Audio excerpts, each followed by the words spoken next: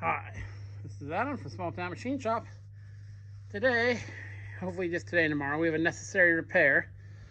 So, let's get a piece set up to do in the 16-inch reed-prentice. And I got the motor started, and I just was using this the other day and tripped the breaker. Didn't hear anything weird. Didn't smell anything really. Of course, every time a motor or something pops, your sense of smell gets super active and everything starts to smell weird. So, tried it again. As soon as I hit the switch, tripped the breaker. So, I thought maybe it was some of this old wiring back there. So I bypassed all that safely on the side of the motor there. Well, before I did that, actually, I tested it and one of the legs is going to ground. So that seems to be the issue. So I got it kind of the way pulled out. Pulled down enough so I could check the wiring. So that's no good. Of course, this was a used motor. I got it at an auction for $5. And it's been in there, well, I don't remember when, but it's been a while. I did a video when I put it in there. So, naturally, that happens right before I'm doing a job. And I don't have another 5-horse motor that has the right shaft I need and motor speed. So what I'm going to do is I got a 3-horse I'm going to put in there temporarily until I think I'm just going to order a new motor for it. So I like this lathe. So the job I'm doing, I got this roller from some kind of wheat harvesting machine. This used to be, see how it's all wore? A bearing goes down on there. So the reason I'm want to use the reed is I have a steady rest. Now, peel this rubber back, get clean up a true spot, well, true enough. I didn't want to hold it with a center because I want to dress all this up too. Turn it down, make a bushing, and all that stuff. So I want to do it with a steady rest. And on the big lathe, I don't have a steady rest. So I'm doing this guy. So over here, on the Boy & Emmis is a 3-horsepower motor, same RPM, same shaft. So we're going to harvest it and get the reed back up and going. Then I'll see about ordering a motor. Not in my shop, I've thought about getting a bow door, but man, the bearings in them lately have been nothing but issues with them. I've put in unless I take them apart when I get them and grease them myself, we've had bearing issues with quite a few of the bow doors we put in this year. So I don't know. I don't know if Dayton makes a motor that big. Well, we'll worry about that later. Today's plan is to get the motor off of this, the drum switch off of this, and get the motor out of that guy and see what it's going to take to mount it, because I'm sure the bolt holes are going to be different because it's a different frame number. So okay, I'll bring you back because all I'm going to be doing is carrying heavy things here for a second. Okay, so I'm in the wiring box here. I disconnected the motor leads.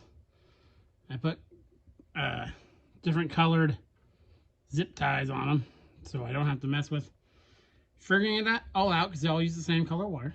So these 2 blue ones are the incoming power. It's a 220 motor. Now I'm just getting the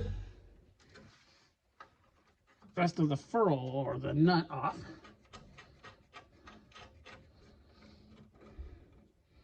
Someone's been in here before because everything's been loose. It wasn't me. That guy off.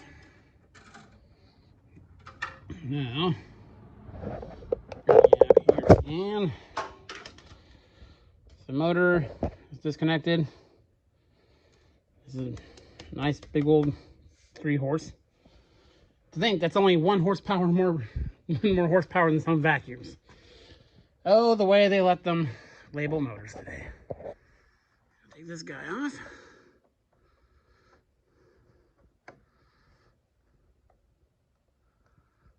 we go.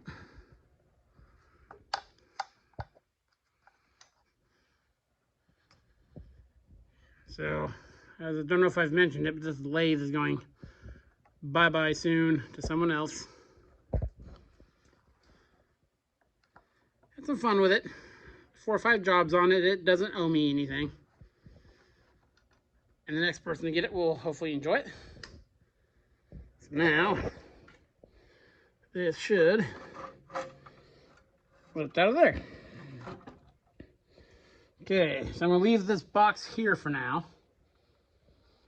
because I don't know how I'm going to run the drum switch yet. I got the motor free, and I'm going to have to find a way to get my hand truck back here. Okay, got everything off of this we need, and we'll take it over to the reed-prentice. I'll bring it back. Okay, got the other motor over here. Ready to pull the pulley off of it.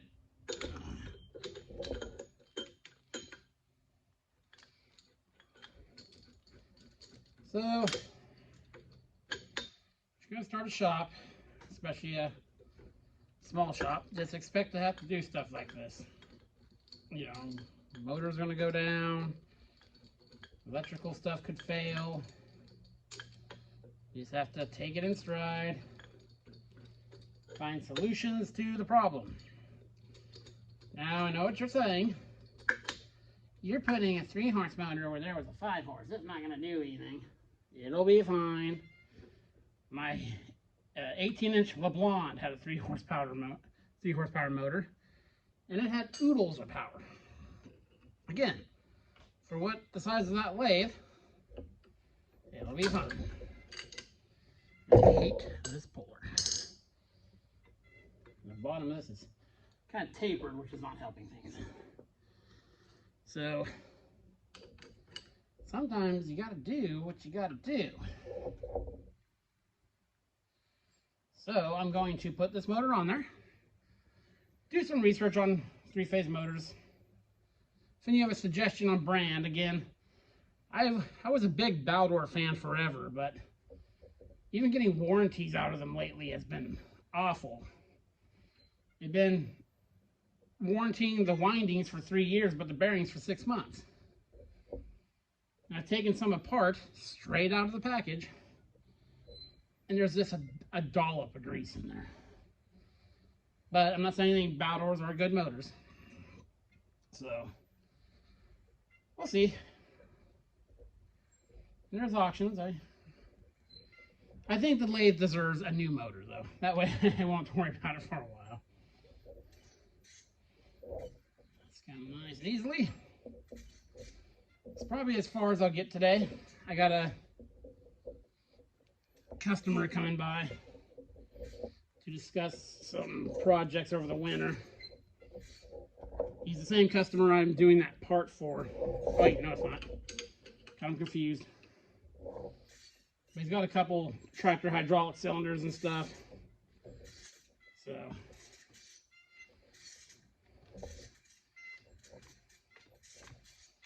there we go. That's coming right off now.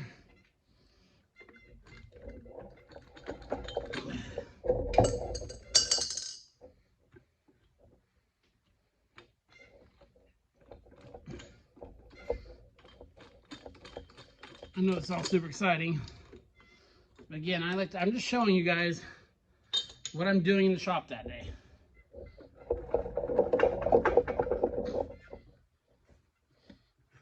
There we go.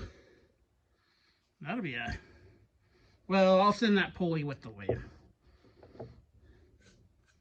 I'm going to oil this motor. I have it out.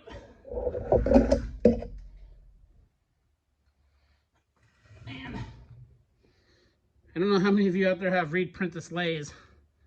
I put this motor in. It's got a chain drive. And it can be a little finicky to get the motor aligned right.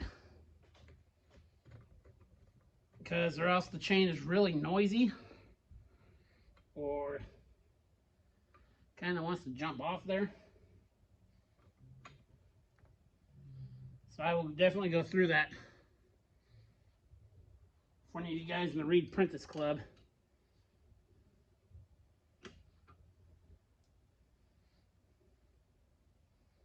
When you have reed-prentice lathes, I'd like to hear about it. They're really common from the Navy,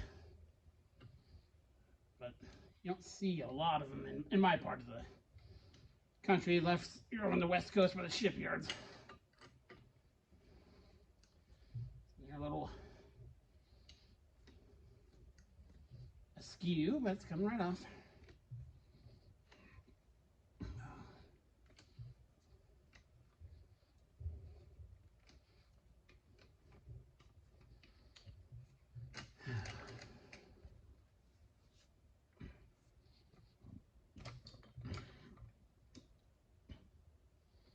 Not quite off. I think we just got off there. Yep. There we go.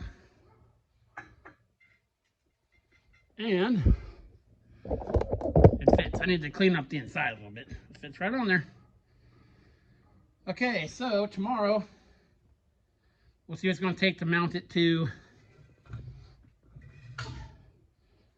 inside there. Get you out here real quick. Bolt holes aren't terribly far apart. There's already a bunch of bolt holes in there from its life of mini motors. So we'll see what it'll take. We'll have to take that guy out. I did it last time with a right angle drill and it was a pain. So we'll take it out. Height wise, super accurate measuring method. Not that far off, so that'll be helpful. It's okay. That's as far as I'm getting today. Join me tomorrow, and we will continue on. This is Adam from Small Town Machine Shop. Please comment, like, and subscribe, and thanks for watching.